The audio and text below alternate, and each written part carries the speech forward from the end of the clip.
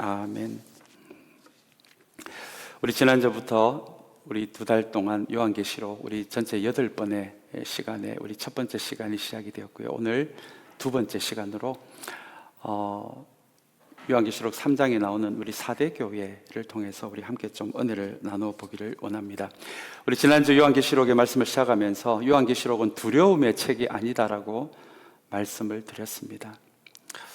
어떤 각도에서 본다면 요한계시록은 두려움의 책이 아니라 오히려 사랑의 책이라고 우리가 그렇게 정의를 내려볼 수 있을 것 같습니다.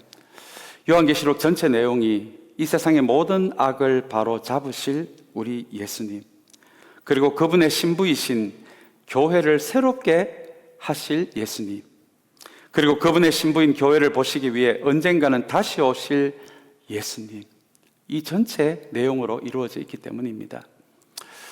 그래서 어떤 행간을 보시면 이 요한계시록 자체가 우리에게 두려움을 주는 성경책 같지만 전체 틀을 보시면 우리 신부되는 우리 교회를 새롭게 하시고 또 신부되는 우리 교회를 마침내 보시기 위해 이 땅에 다시 오시는 신랑에 관련된, 신랑 예수에 관련된 이야기가 요한계시록이다라고 여러분 그렇게 정의를 내리신다면 요한계시록은 두려움의 책이 아니라 사랑의 책이다, 우리가 이렇게 기억할 수 있을 것 같습니다. 제가 개인적으로 좋아하는 얼마 전에 우리 소천하셨지만 우리 팀 켈러라는 제가 참 존경하는 미국 목사님이 계십니다. 이분이 이런 이야기를 합니다. 종교는 우리에게 두려움을 주지만 복음은 우리를 사랑으로 변화시킨다. 제가 평생에 기억하고 싶어서 저에게 정리해 놓은 우리 한 줄의 문장이기도 합니다. 많은 종교들은 우리에게 두려움을 줘서 이거 안 지키면 큰일 날 것처럼 이야기하지만, 그래서 많은 종교들은 우리에게 두려움을 줘서 두려움으로 우리를 움직이지만, 그러나 복음은, 예수님은 사랑으로 우리를 움직이는 바로 그분이다라는 정의입니다. 두려움으로 하나님을 섬기는 것, 그리고 사랑으로 하나님을 섬기는 것, 여러분 큰 차이가 있을 것 같습니다. 두려움으로 하나님을 섬기면, 안 섬기면 큰일 날 것 같아서 두려움이 동기가 되어서 하나님을 섬기게 되면 겉모습은 순종하는 모습 같지만, 그러나 여러분 내면은 불안합니다. 비교와 자기 의식 속에 갇힐 수밖에 없는 것이 두려움으로 사역하고 두려움으로 주님을 섬길 때 우리에게 일어나는 일들입니다. 그러나 사랑으로 하나님을 섬기게 되면 자유함과 기쁨으로 하나님께 순종하게 됩니다. 그리고 하나님과의 관계가 깊어지고 비로소 사랑으로 하나님을 섬길 때 다른 사람을 사랑할 수 있는 힘이 바로 사랑으로 하나님을 섬길 때 우리에게 생기게 됩니다. 이 사랑과 두려움에 관련된 너무나 우리에게 들려주시는 중요한 말씀이 있습니다. 요한일서 4장 18절의 말씀인데요, 우리 이 말씀을 저뿐만 아니라 여러분들도 평생 간직하면 좋을 말씀일 것 같습니다. 우리 이 말씀 한번 같이 읽어보겠습니다. 사랑에는 두려움이 없습니다. 완전한 사랑은 두려움을 내쫓습니다. 두려움은 징벌과 관련이 있습니다. 두려워하는 사람은 아직 사랑을 완성하지 못한 사람입니다. 사랑 여러분, 두려움을 쫓을 수 있는 것은 우리를 향하신 대가를 바라지 않으시는 그분의 생명까지도 내어주신 주님의 사랑뿐이다라는 이 말씀을 기억하신다면, 다시 한번 이 2달의 시간을 통해서 요한계시록이 우리에게 두려움을 주는 책이 아니라 우리를 향한 주님의 사랑의 고백으로 그렇게 우리의 마음에 담으시고 우리의 마음에 심게 되는 이 2달의 시간이 되시기를 다시 한번 주님의 이름으로 간절히 소망합니다. 오늘은 두 번째로 4대 교회에 관련된 말씀을 함께 좀 나누고자 합니다. 4대 교회는 터키죠. 지금은 이름이 튀르키예로 바뀌었습니다. 튀르키예 서부에 위치한 도시입니다. 특히 이 도시는 금광이 있어서 금이 생산되는 도시였습니다. 이것은 아마 상식적으로 우리가 알아도 좋을 것 같습니다. 금화, 은화라고 해서 금으로 은으로 동전을 만드는 것을 가장 역사적으로 최초로 시작한 도시가 바로 이 사대라는 도시입니다. 그렇다면 이 도시는 여러분 매우 경제적으로 부유한 도시였습니다. 그러다 보니 향락 문화가 발달이 안 될 수가 없었습니다. 그 도시에 관련된 유적을 보시면 다산과 풍요 그리고 성적인 자유를 의미하는 아르테미스 여신을 모시는 신전이 그곳에 있었습니다. 그리고 대형 목욕탕과 대형 체육시설이 있었는데요. 지금은 대형 목욕탕, 대형 체육시설 그러면 좋은 시설, 건전한 시설 같지만 우리 신전과 연관된 대형 목욕탕과 우리 대형 체육시설은 향락과 성적인 방종을 위해 만들어진 그런 시설을 가지고 있는 곳이 또한 사대라는 도시이기도 합니다. 그리고 이 도시는 염색 사업이 굉장히 많이 발달한 도시입니다. 우리 옛날에 몇천 년 전에 우리 영화를 보시면 귀족들은 붉은 옷을 많이 입고 다녔습니다. 바로 이 사대라는 도시가 붉은색으로 염색하는 아주 귀족들과 굉장한 부자들이 입고 다니는 붉은색 염색을 할 수 있었던 도시가 바로 이 사대라는 도시였습니다. 마지막으로 이 사대는 절벽 위에 세워진 도시여서 마치 천년의 요새 같은, 웬만해서는 적이 쳐들어올 수 없는 요새이기도 한 도시가 바로 이 사대였습니다. 어떻게 보면 모든 것을 갖춘, 더할 나위 없이 모든 것을 갖춘 우리 7교회가 위치한 도시 가운데 그 도시가 바로 이 사대라는 도시였습니다. 그런데 주후 17년에 생각지도 못한, 이만하면 더할 나위 없다라고 하면서 살아왔던 이 사대에 큰 일이 한번 닥치는데요. 주후 17년에 큰 지진이 일어나게 됩니다. 그리고 역사적 문헌에 의하면 이 사대라는 도시의 절반이 50%가 이 지진으로 인해서 모두 파괴될 정도로 엄청난 지진이었습니다. 그리고 로마 제국의 도움으로 어느 정도 회복은 되었지만 이전의 영광으로 돌아갈 수는 없었던, 여전히 금은 생산이 되고 우리 붉은색 염색도 만들 수 있어서 경제적으로는 괜찮았지만, 그러나 지진 이전으로 돌아갈 수 없어서 우리 역사적 문헌에 의하면 많은 사람들이 지금도 나쁘지는 않지만 지진 이전으로 돌아갈 수 있다면 얼마나 좋을까, 그런 마음으로 옛 도시의 영광을 그리워하며 살았던 도시이기도 한 것이 바로 이 사대라는 도시였습니다. 바로 이 사대에 위치한 우리 사대 교회에 우리 주님께서 요한을 통해서 우리 이 교회를 향하여 주신 말씀이 오늘 우리가 읽은 이 말씀의 내용입니다. 먼저 1절의 말씀을 제가 한번 읽겠습니다. 1절 말씀 제가 읽겠습니다. 사대교회 심부름꾼에게 이렇게 써 보내어라. 하나님의 7 영과 7 별을 가지신 분이 말씀하신다. 나는 내 행위를 안다. 너는 살아있다는 이름은 있으나 실상은 죽은 것이다. 너무 무서운 말씀입니다. 우리 지난주 빌라델비아 교회는 핍박을 받아서 가난해진 교회였지만 그 교회에는 주님이 주시는 꾸중이 없었어요. 비판이 없었어요. 너희는 복음 때문에 가난해졌지만 너희가 가지고 있는 작은 것으로라도 너희 교회 밖으로 흘려보내는 그런 교회가 되어가는 것에 대해서 주님이 너희 교회에는 너희들이 생각지도 못했던 새로운 문을 열어주겠다, 굉장히 축복을 해주시기도 하셨던 말씀이 우리 지난주에 빌라델비아 교회였는데요.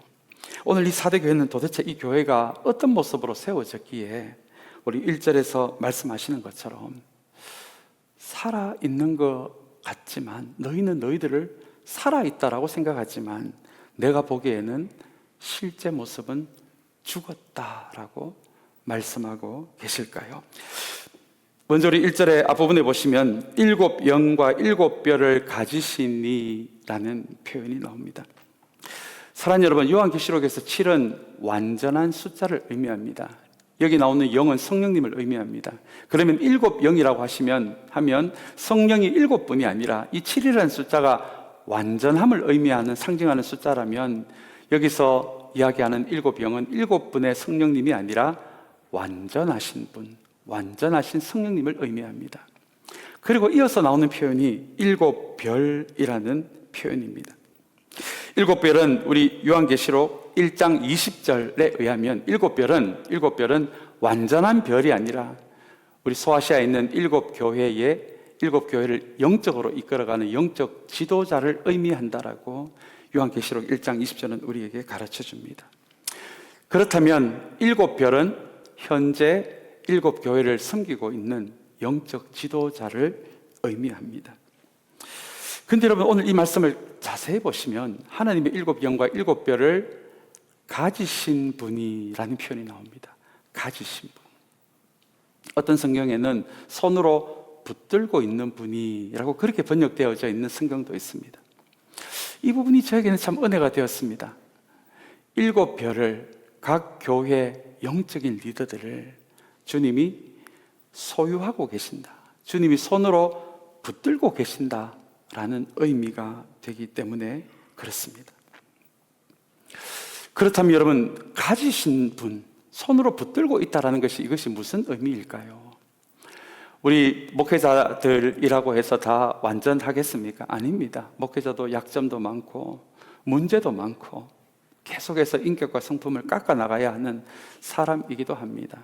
그런 부족한 존재임에도 불구하고 하나님이 하나님의 손으로 붙들고 계신다, 하나님이 소유하고 계신다라는 이 말씀은 하나님이 각 교회 우리 목회자들, 영적 지도자들을 다스리고 계신다, 다스림 속에 있다, 부족하고 연약해도 주님의 다스림 속에 있는 사람들이 목회자들이다 라는 말씀이기도 합니다.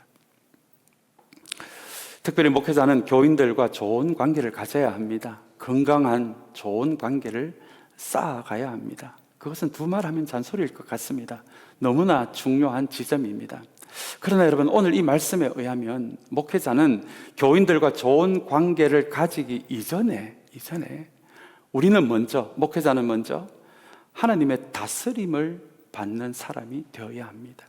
아무리 탁월하고 아무리 천사 같은 그런 천사의 말처럼 들리는 설교를 하는 능력 있는 사람, 목회자라고 할지라도 그 사람이 주님의 다스림을 받지 못한다면, 하나님의 다스림을 먼저 받는 사람이 아니라면, 주님과 관계를 먼저 맺어 나가는 사람이 아니라면 그 사람이 마침내 교인들과의 관계에서 여러분 어떤 일이 일어나겠습니까? 매우 위험한 관계가 되지 않겠습니까? 이것이 7별을 내 손으로 붙들고 있다, 내 손으로 잡고 있다 라는 말씀의 의미입니다. 오늘 이 말씀을 생각하면서 제 자신에 대한 기도, 제가 어떤 목회자가 되어야 한다는 것을 제가 기도하는 시간과 함께 우리 이 말씀을 사랑하는 여러분 기억하시면서 우리 교회 모든 사역자들을 위해서 기도해 주시기 바랍니다. 우리 교회 모든 사역자들이 교인들과 좋은 관계를 맺어 나가는 거 너무 좋은 일이지만 그것 이전에 주님의 다스림 속에 먼저 있을 수 있는 사역자들, 주님과의 관계를 먼저 진실한 관계를 맺어 나갈 수 있는 그런 사역자들이 될 수 있도록 여러분 기도해 주시기를 간절히 소망합니다. 그게 되어야 교인들과도 올바른 관계가 만들어질 수 있기 때문입니다. 그리고 다시 우리 계속해서 1절의 말씀을 다시 좀 보기를 원하는데요. 그리고 주님이 이어서 말씀하십니다. 나는 내 행위를 안다. 여러분, 이 부분에서 저도 조금은 섬찟했습니다. 주님이 저를 아신답니다. 여러분들을 아신답니다. 여기서 말하는 안다는 우리 히브리어에 나오는 야다라는 단어와는 조금은 다른 헬라어에 나오는 오이다라는 단어입니다. 여기서 안다는 것은 저와 여러분들에 대한 객관적인 인포메이션도 아시지만 헬라어 오이다라는 이 단어가 의미하는 것은 저와 여러분들의 내면에 있는 모든 생각까지도 주님이 아신다는 의미입니다. 이거 여러분 무서운 이야기가 아닙니까? 우리의 내면 깊은 곳까지, 다른 사람들의 눈에 보이지 않는 부분까지 주님은 아신다라고 이야기하시는 것이 내 행위를 안다라는 말씀입니다. 주님은 우리가 어떤 마음으로 참사랑교회를 섬기고 우리가 이 안에서 선교를 하고 구제를 하고 봉사하는지를 주님은 우리의 겉모습도 아시지만 숨은 동기도 아신답니다. 어떤 동기를 가지고 섬기고 있는지, 봉사하고 있는지, 선교하고 있는지, 구제하고 있는지를 다 아신답니다. 우리의 현재 영적인 상태도 다 아신답니다. 다 아신답니다. 그래서 여러분 성경 전체를 보시면 성경 전체가 우리에게 원하는 것은 사람들의 시선을 의식하는 섬김이 아니라, 그래서 성경은 우리에게 진실을 이야기하고 있습니다. 겉으로 괜찮은 척, 겉으로 문제가 없는 척, 겉으로 사람들의 시선을 의식하는 그런 삶보다도 내 안이 연약하면 연약한 대로, 내 안이 부족하면 부족한 대로, 내 안이 어두우면 어두운 대로, 있는 그대로, 불안하면 불안한 그대로 하나님께 진실하게 나의 안에 있는 것 그대로를 보여줄 수 있는 진실을 더 성경은 우리에게 중요하다라고 가르쳐 줍니다. 왜냐하면 하나님은 우리를 다 아시기 때문입니다. 하나님이 우리의 겉모습만 아신다면 우리는 이렇게 안 살아도 될 것 같아요. 평생을 위선적으로 살아도 괜찮을 것 같아요. 그런데 여러분, 오늘 이 말씀에 의하면 하나님은 다 아신답니다. 우리의 마음속의 생각과 동기, 하나님에 대한 자세까지 사람들은 몰라도 하나님은 다 아신답니다. 그렇다면 여러분, 저와 여러분들이 사람들의 시선을 의식하는 우리 신앙의 여정이 아니라 우리의 모든 것을 다 알고 계시는 하나님 앞에서 진실할 수 있는 저와 여러분들의 신앙의 여정이 되시기를 주님의 이름으로 간절히 축원합니다. 다시 한번 1절의 말씀에서 이어서 보시면 우리 조금은 더 무서운 이야기가 등장합니다. 너는 살아있다는 이름은 있으나 실상은 죽은 것이다 라고 이야기합니다. 여러분, 굉장히 아픈 진단입니다. 주님이 저에게 이 말씀을 하시면 아마 며칠 동안 잠을 못 잘 것 같아요. 만약에 주님께서 우리 참사랑교회에 이런 말씀을 하신다면 저도 목회자로서 너무너무 죄송하고 하나님 앞에 고개를 못 들 것 같아요. 여러분, 살아있다는 이름은 있으나 이게 무슨 말일까요? 잘 보세요. 살아있다는 이름은 있으나 이 교회에 대한 외적인 평가는 좋았다라는 의미가 됩니다. 그래서 살아있다는 이름은 있으나 주변에서는 너희 교회를 칭찬하고 있으나 라는 의미입니다. 그렇다면 이 4대 교회는 겉으로 보기에는 괜찮았다는 뜻이 됩니다. 교인들이 모두 열심히 교회를 섬겼고요, 교회 프로그램도 많았고요, 겉으로 보기에는 좋은 일도 많이 했고, 교회 일로 인해서 많은 사람들이 바쁘게 움직였던, 그래서 다른 교회에서 본다면, 바깥에서 본다면 뭔가 저 교회는 살아서 움직이는 듯한 그런 느낌을 주는 교회였기에 주님은 살아있다는 이름은 있으나 라고 말씀을 하신 것입니다. 그런데 여러분, 여기서 끝이 나면 얼마나 좋았겠습니까? 그러나 너희들의 실제 모습은 어떻다고요? 죽은 것이다 라고 주님이, 우리의 모든 것을 아시는 주님이, 이 4대 교회 교인들의 마음의 동기까지도 보시는 주님의 4대 교회의 평가는 너희는 실제로는 죽어 있다라는 평가였습니다. 우리 디모데후서 3장 5절의 말씀이 이 영적 죽음, 영적인 무기력함에 대해서 우리에게 많은 것을 가르쳐 주는데, 우리 디모데후서 3장 5절 말씀을 우리 한번 같이 보기를 원합니다. 우리 한번 같이 읽겠습니다. 겉으로는 경건하게 보이나 경건함의 능력은 부인할 것입니다. 그대는 이런 사람들을 멀리 하십시오. 여러분, 겉으로는 어떻다고요? 경건하게 보입니다. 4대 교회가 겉으로는 괜찮았던 교회, 좋은 교회로 보였던 것과 마찬가지입니다. 경건하게 보인다는 것은 크리스찬들이, 바울이 지금 디모데에게 보낸 편지니까요, 우리 디모데가 섬겼던 그 교회가 겉으로는 교인들이 경건하게 보이나, 이 말씀은 겉으로는 교인들이 복음도 듣고 성령님에 대해서도 이야기하고 말씀 묵상하기도 하고 예배에 빠지지 않기도 하고 종교적인 언어를, 형제 자매 종교적인 언어를 구사하고 서로 사랑한다라고 하고 구제한다라고 선교하고 있는 이런 모습은 다 가지고 있다라고 하는 것이 겉으로는 경건하게 보이나입니다. 근데 여러분, 그 다음에 말씀이 중요합니다. 겉으로는 경건하게 보이나 경건함의 능력이라는 표현이 나옵니다. 여러분, 능력, 경건함의 능력은, 이 말씀이 우리에게 주는 핵심적인 뜻은 우리가 하고 있는 이 복음과 성령과 말씀, 예배 참여, 기도, 선교가 이 안에 능력이 있다라는 것이죠. 무슨 능력입니까? 사람을 근본적으로 바꿀 수 있는 능력이 우리가 하고 있는 이 경건에 안에 있다라는 이 말씀의 의미가 경건함의 능력입니다. 우리 그 다음에 나오는 단어가 조금은 무서운 단어입니다. 부인한다는 단어입니다. 이게 여러분 무슨 뜻인지 아십니까? 부인한다는 것은 모른다는 의미가 아니에요. 이걸 알고 있다라는 거예요. 우리의 선교, 복음, 성령, 말씀 참여하는 우리 예배가 이것을 참되게 하면 이것이 사람을 근본적으로 바꿀 수 있는 능력이 있다라는 것을 알고는 있는데, 여기서 말하는 부인한다라는 것은 거절한다는 뜻입니다. 여러분, 이게 무슨 뜻인지 아십니까? 이렇게 조금 과장해서 제가 이렇게 한번 표현해 볼 수 있을 것 같습니다. 하나님, 나는 신앙의 껍데기만 가지고 있겠습니다. 그러니 나를 변화시킬 생각은 좀 안 하셨으면 좋겠습니다. 저는 이대로가 좋습니다. 그냥 나는 겉으로는 경건하게 살아갈 테니 이것을 통해서 나를 바꿀 생각은 제가 거절하겠습니다. 여러분, 이것이 부인이라는 말씀의 뜻입니다. 사대교회가 바로 이런 교회였습니다. 겉으로는 외부에서 칭찬할 만큼 모든 것을 가지고 있고 정말 열심히 하는 교회에 있고 예배에 빠지지 않는 사람들로 가득 채워진 교회가 바로 이 사대교회였습니다.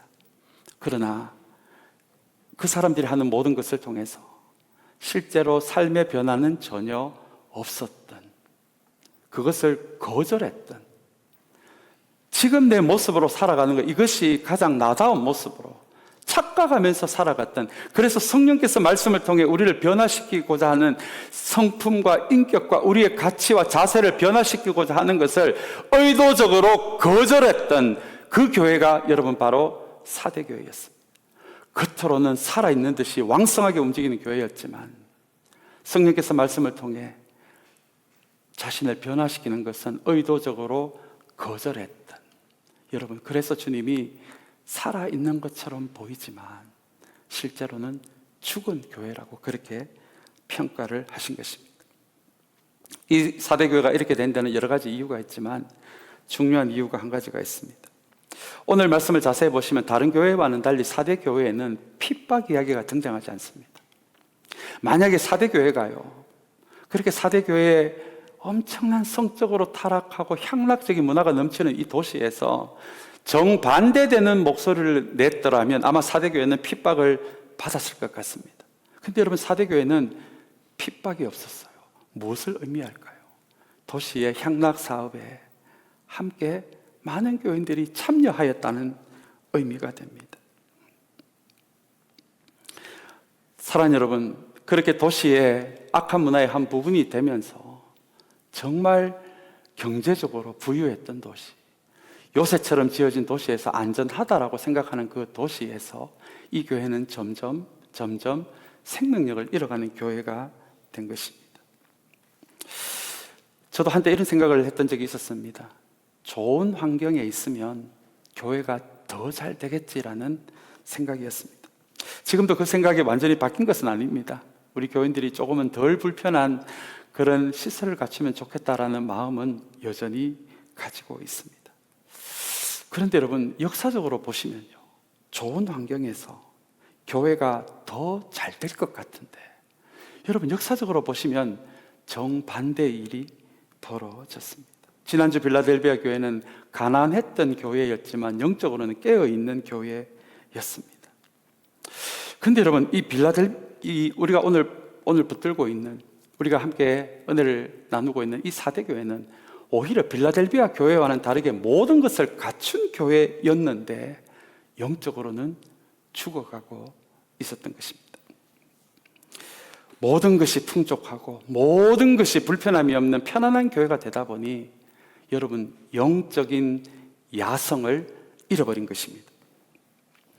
이 영적 야성이라는 것은 복음으로 만들어지는 새로운 본능을 의미합니다. 이 복음으로 인해서 우리가 가지고 있던 원래 본능의 자리에 하나님의 말씀, 진리에 대한 갈망과 뜨거운 열정들이 여러분 만들어지기를 시작합니다. 여러분, 이것을 영적인 야성이라고 이야기합니다.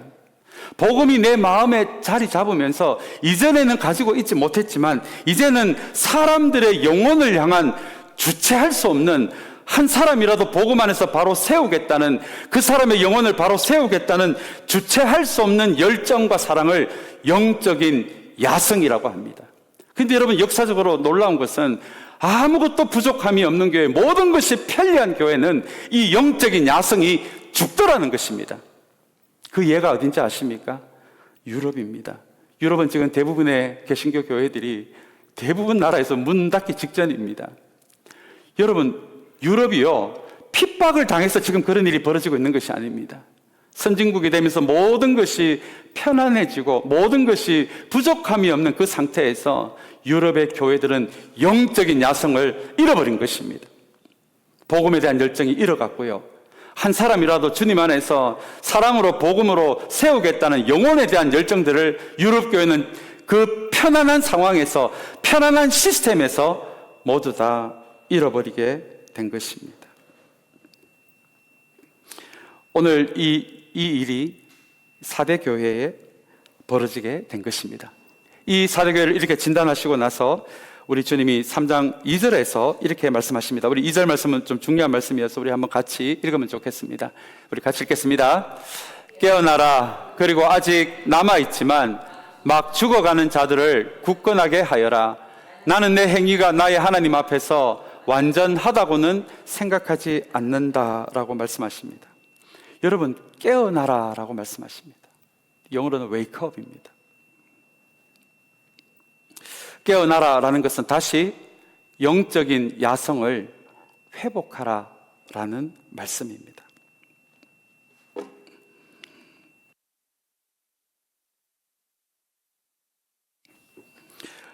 더 이상 영적으로 무기력한 상태에 머무르지 말라라는 것입니다. 영적으로 잠들어 있는 상태를 당연하다라고 생각하지 말라는 것입니다. 영적으로 잠들어 있는 것을 나의 진짜 모습, 나다운 모습이라고 착각하지 말라는 말씀입니다.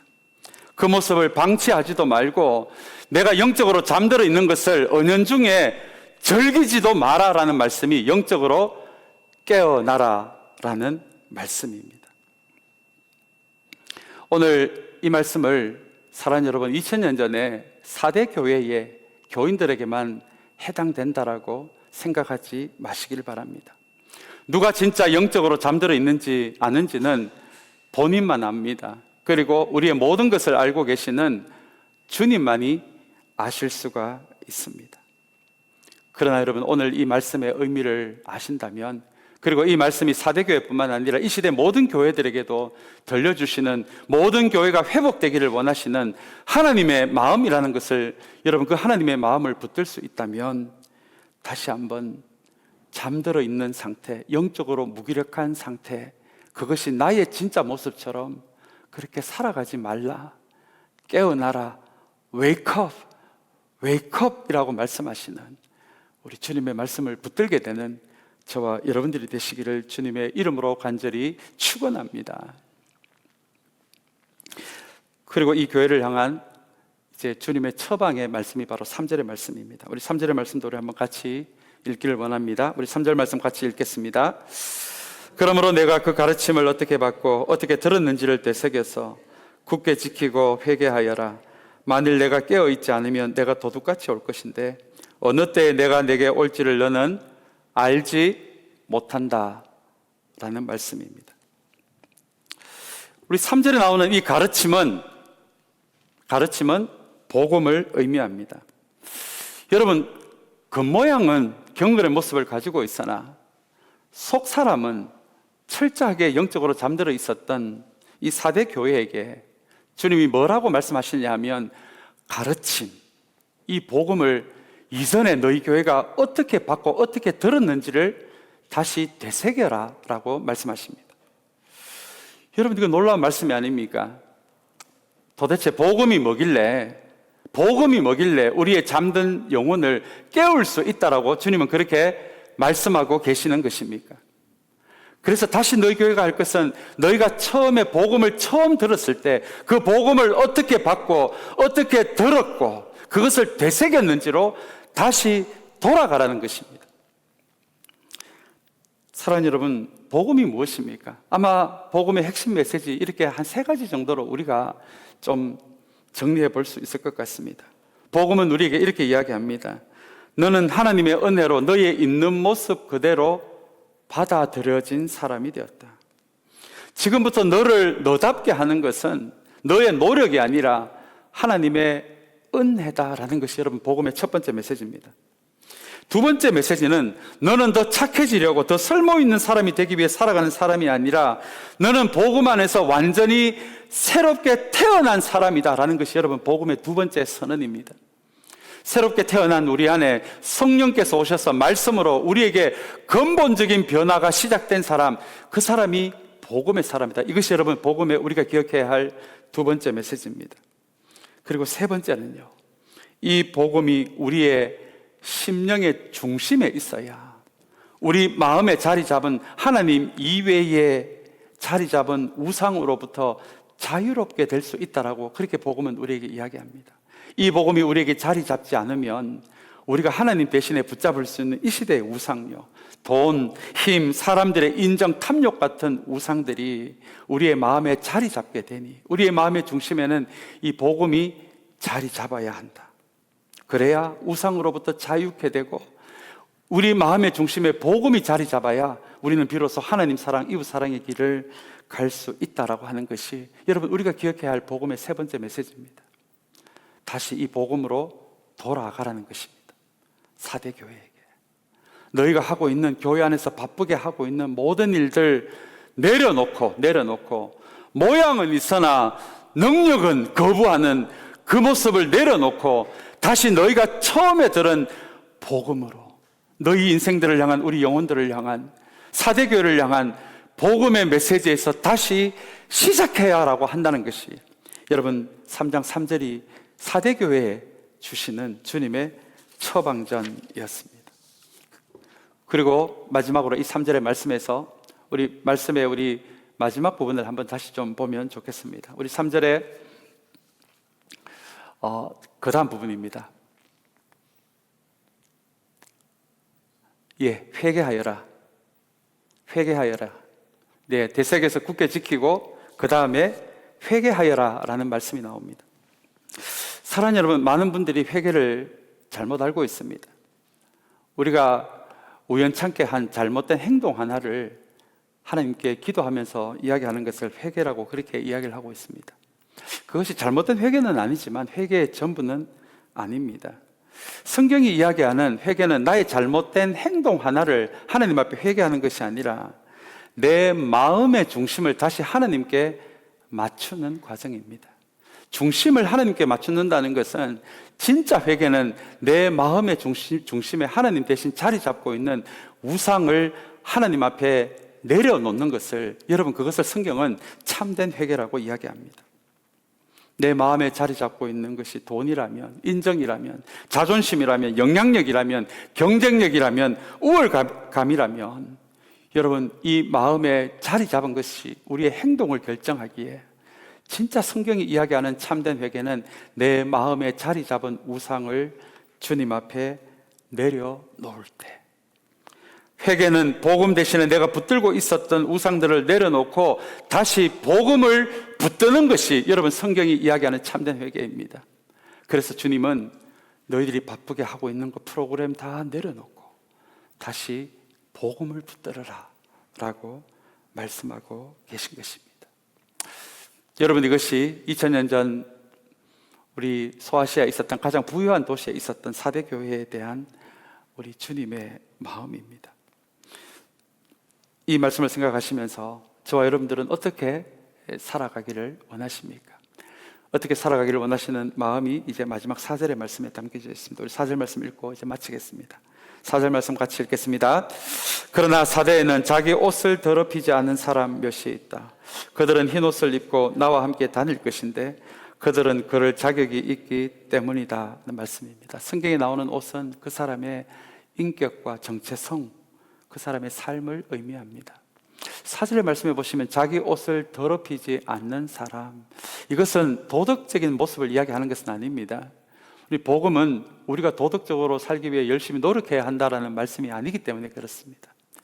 여기서 자기 옷을 더럽히지 않는 사람 몇 명이, 대부분의 사람들은 경건을 잃어버리고 살아가고 있지만, 영적으로 무기력하게 살아가고 있지만, 너희 사대교회 몇 명은 자기 옷을 더럽히지 않는 사람, 복음에 매여서 복음을 붙들고 살아가는 사람 몇 명은 있다라고 그렇게 말씀하십니다. 여러분, 저는 이 말씀을 읽으면서 굉장히 소망이 되더라고요. 우리는 재정을 많이 이야기합니다. 교회가 붙들어야 할 비전도 많이 이야기합니다. 다 필요한 것입니다. 교회가 우리 하나의 어떤 공동체에서 세워나가는 데 필요한 부분들입니다. 그런데 여러분, 오늘 이 4절의 말씀을 가만히 보시면 그것은 우리에게 필요한 것이고요, 반드시 필요한 것, 없어서는 안 되는 것은 자기 옷을 더럽히지 않는 것입니다. 복음에 매이는 사람입니다. 그러고 보니 주님이 이야기하시는 한 교회의 소망은 복음에 매여 있는, 복음과 연결되어 있는, 복음을 자기 중심에 세우고 있는 그 사람이 한 교회의 소망이 될 수 있다라고 지금 말씀하고 계신 것입니다. 대부분의 교인들은 영적으로 무기력하지만 주님의 눈에는 아직도 복음을 붙들고 있는, 주님의 복음의 메시지를 붙들고 있는 그 소수의 몇 명의 사람, 그 사람이 그 교회의 진짜 소망이 된다라는 말씀을 4절에서 우리는 그 주님의 마음을 그렇게 붙들 수 있습니다. 모든 바다 속의 소금의 비율은 3.5% 정도라고 합니다. 여러분, 놀랍지 않습니까? 3.5%의 소금이 96.5%의 바다의 부패를 막고 있는 것입니다. 그것이 여러분, 소금 같은 교회, 흰옷 입은 교인이라는 말씀의 의미입니다. 오늘 이 시대에 하나님의 사람들이, 교회들이 모욕을 받고 있는 시대를 우리는 살아가고 있습니다. 그러나 여러분, 이 시대에 우리가 무수히 많은 프로그램에 매이는 것보다 다시 한번 우리 참사랑교회, 우리의 마음의 중심에 복음으로 세워가는, 성령으로 세워가는, 하나님 나라로 세워가는 흰옷 입은 사람들이 많이 일어나는 우리 교회가 되시기를 주님의 이름으로 간절히 축원합니다. 그 사람들이 희망입니다. 소망입니다. 우리 교회의 소망이고, 이 토렌스의 소망이고, LA 땅의 소망이고, 하나님의 나라의 소망이라는 것을 기억하시면서 사대교회처럼 영적으로 잠들어 있는 것에 사랑하는 여러분, 저를 포함해서 익숙해지지 마시고 다시 한번 일어나라, 웨이크업, 그 하나님의 음성을 우리의 마음에 담을 수 있는 이 예배 시간이 되시기를 다시 한번 주님의 이름으로 간절히 축원합니다.